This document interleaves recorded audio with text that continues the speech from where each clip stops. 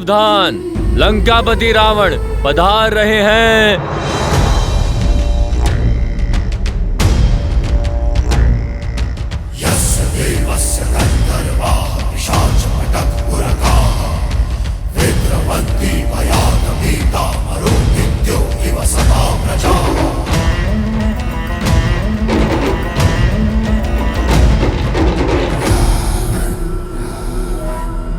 विश्वास है मुझे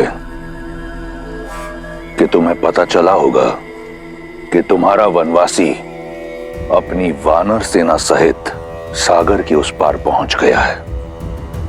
ये जानकर तुम्हारे मन में आशाएं पंख लगाकर उड़ रही होंगी, ये सोचकर कि शीघ्र ही तुम अपने वनवासी का मुख देखोगी। मैं वचन देता हूं कि जब अगली बार हमारी भेंट होगी तो तुम राम का मुख अवश्य देखोगी, परंतु उसके धड़ के बिना।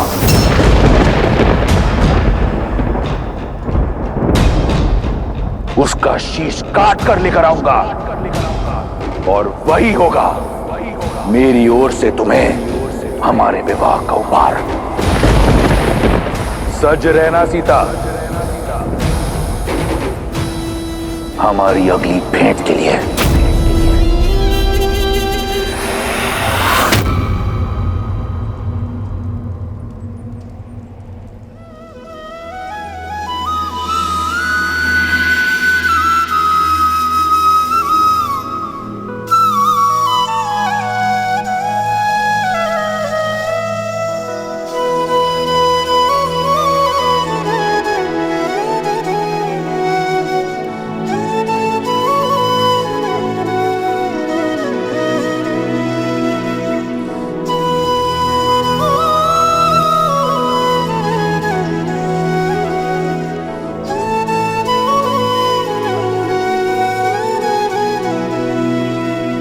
सुनत बिहसी बोले रघुबीरा,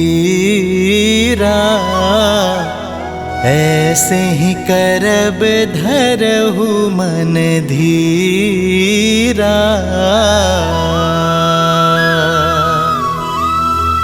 हस कही प्रभु अनुज ही समुझाई, सिंधु समीप गए रघुराई।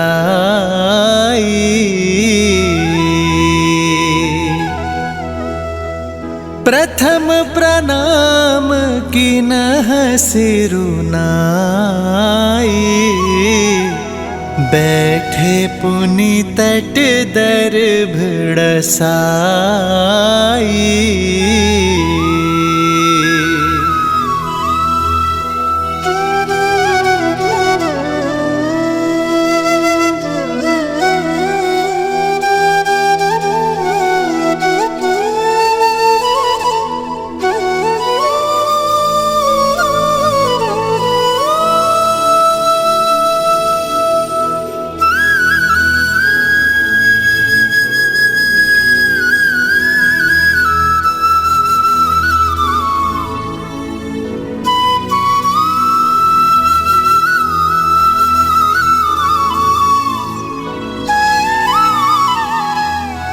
वरुण देव, आप ना ही मेरी व्यथा से अनभिज्ञ हैं और ना ही रावण की पाप गाथा से। ये युद्ध राम और रावण का नहीं, धर्म और अधर्म का है। मुझे पूरा विश्वास है वरुण देव कि आप धर्म का साथ देंगे, अपना देवत्व बनाए रखेंगे, मन से की गई मेरी प्रार्थना का उत्तर देकर लंका जाने का मार्ग देंगे। ओम वरुणाय नमः।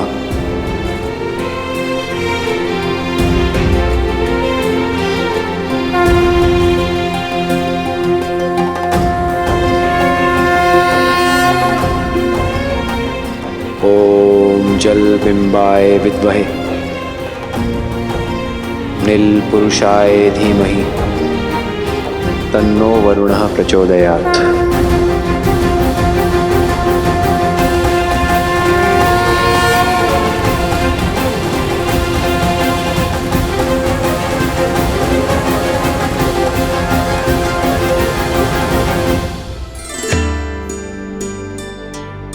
महादेव, वरुण तो जल के देवता हैं। श्री राम चाहें तो उन्हें आदेश भी कर सकते हैं, अपने एक बाण के आगे विवश कर सकते हैं।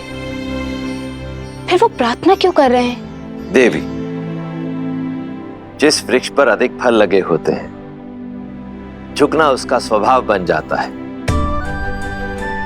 उसी प्रकार अत्यंत बलशाली व्यक्ति को भी झुककर ही चलना चाहिए, दूसरों का आदर सम्मान करना चाहिए, विनय का गुण अपनाना चाहिए। श्री राम इसका उदाहरण है।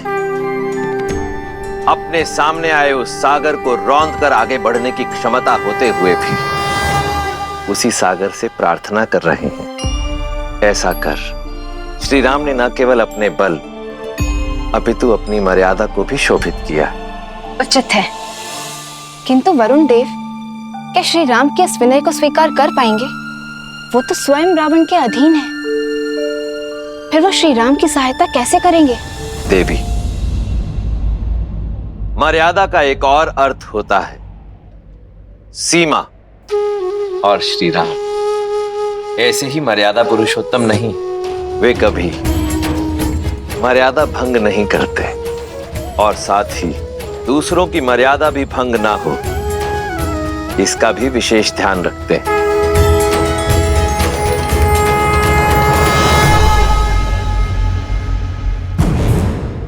पिताश्री, आपके नेतृत्व में हम यूं चुटकियों में राम और उसकी वानर सेना के अस्तित्व को मिटा सकते हैं, किंतु अपने शत्रु के बल और निर्बलता को जानने में हानि ही क्या है? शूख और सारंग को प्रस्तुत किया जाए।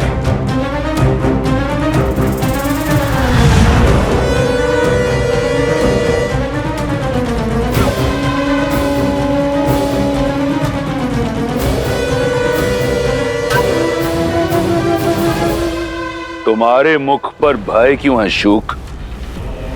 सत्य बोलने की अनुमति है महाराज। महाराज, राम के एक दूत ने लंका को स्वर्ण से भस्म बना दिया। स्वयं राम कितना शक्तिशाली होगा, उसकी सेना में कितना सामर्थ्य होगा,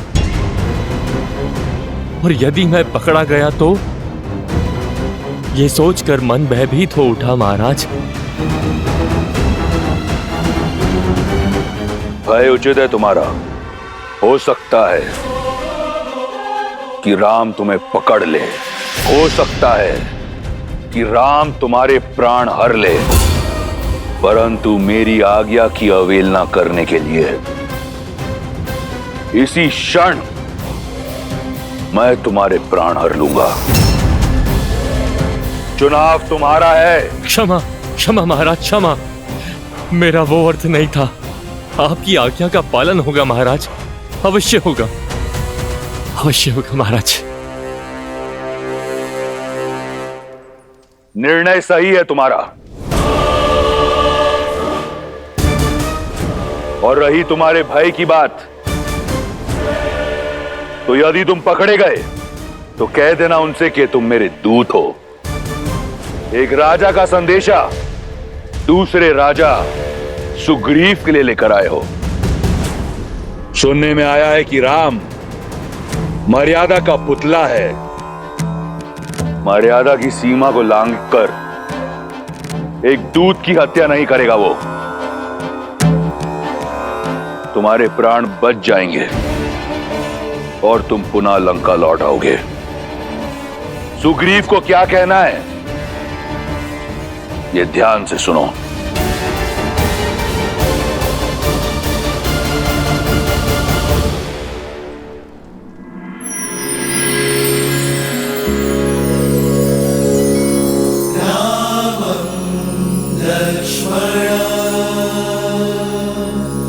पूर्वजं रघुवरं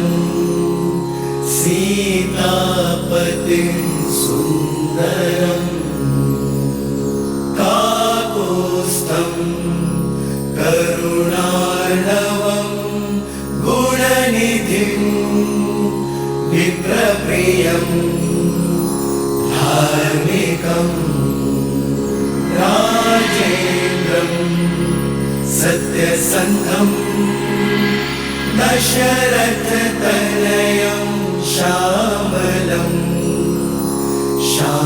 शान्तमूर्तिं वन्दे